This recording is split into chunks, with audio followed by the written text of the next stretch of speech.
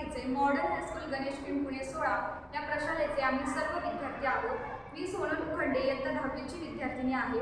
आमच्या प्रोजेक्टचे नाव कचऱ्याचे व्यवस्थापन हे आहे. हा प्रोजेक्ट आम्ही समृद्ध भारत ह्याच्या अंडर सादर करत आहोत.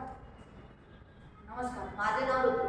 या प्रकल्पांतर्गत आम्हाला खूप साऱ्या समस्या आढळल्या, जसे की प्लास्टिक व ऑर्गॅनिक वेस्ट हे जे डिकम्पोजिशन खूप हलवारित्या होते व या कारणांमुळे रोगराई, प्रदूषण व दुर्गंधी वाढत आहे.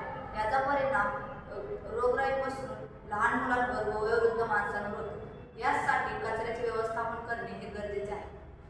माझे नाव एकनाथ. आम्ही या समस्येवर उपाय सुचवत आहे. या आमच्या प्रकल्पाचे नाव वेस्ट मॅनेजमेंट यासाठी ठेवले आहे, कारण की कचरा व प्लास्टिकचे डिकम्पोजन लवकरात लवकर कसे करावे या प्रकल्पामध्ये सांगण्यात आले आहे.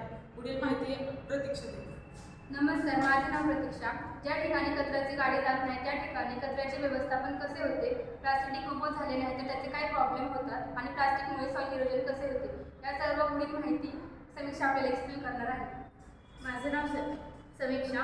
तिने विचारलेल्या प्रश्नांचे उत्तर आपल्याला सगळ्या या प्रकल्पामध्ये कळेल. इथे कंटेनर दिसतोय. त्या कंटेनरमध्ये आपल्याला सगळा प्लास्टिक वेस्ट टाकायचं आहे, ऑर्गॅनिक वेस्ट टाकायचं आहे, म्हणजेच आपला प्लास्टिकचा कचरा किंवा हॉस्पिटलमध्ये असणारे सलाईन्स, प्लास्टिकच्या पाईप्स, इतर गोष्टी.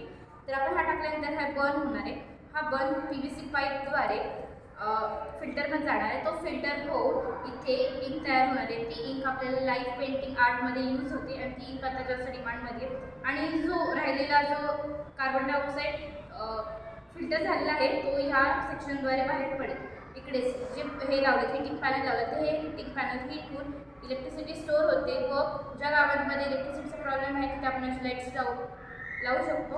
हा प्रोजेक्ट अगदी कमी खर्चात होणार आहे व ठिकठिकाणी गावागावांमध्ये जाऊ शकतो, म्हणून आम्ही हा प्रकल्प निवडला.